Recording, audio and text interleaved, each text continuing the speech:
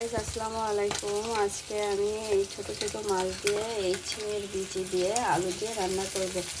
মাছটা এই জন্য আগে থেকে আমি ভেজে মাছটা যে ভাজতেছি, এই ভাজা মাছ দিয়ে আজকে সিম আলু সিমের বিচি আর আলু দিয়ে রান্না করতেছি। সাথে সাথে দেখতে থাকি। মাছ ভাজা হয়ে গেছে, এখন আমি এটা উঠে নেব।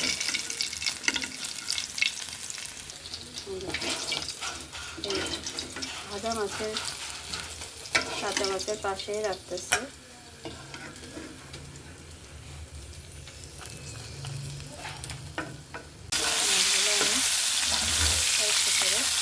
ভেজে নিব সব মাছ ভাজা ফ্রাই করে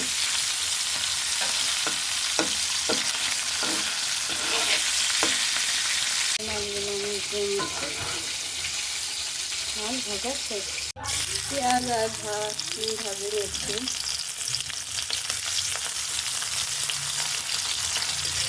লাল লাল করে ভেজে নিয়ে তারপর আমি সিম আর আলু মশলা একসাথে কষে নেব। কিন্তু মশলাটা আমি সব দিয়ে নিয়েছি, দেখুন। আমি এখন এই যে ঢেলে দেব।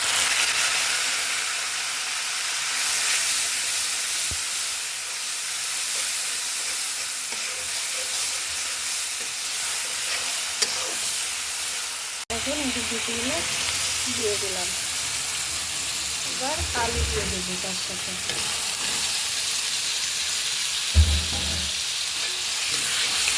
দিয়ে এটা কষাতে থাকবে।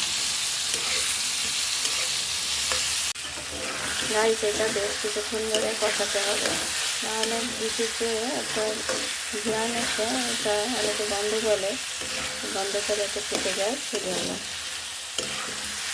মাংসের মধ্যে করে একটু কষাতে হবে।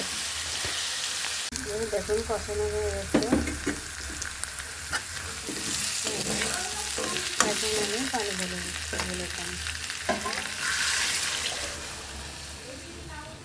এখন আমি ঢেকে দিচ্ছি। গাইস, এই দেখুন, এখন আমি মাছটা ঢেলে দিব। এই যে মাছটা ঢেলে দিচ্ছি, দিয়ে নাড়াচাড়া দিয়ে নেব। নাড়াচাড়া দিয়ে নিচ্ছি। আর এর ভিতরে আমি একটু কাঁচা ঝাল দেবো, একটা দুটা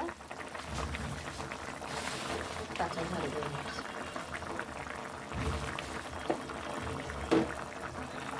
গাইস, এই যে আমার রান্না শেষ করলাম।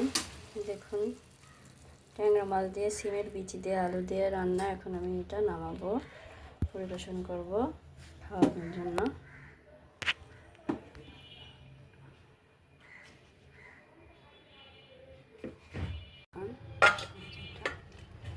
নামিয়ে নিচ্ছি।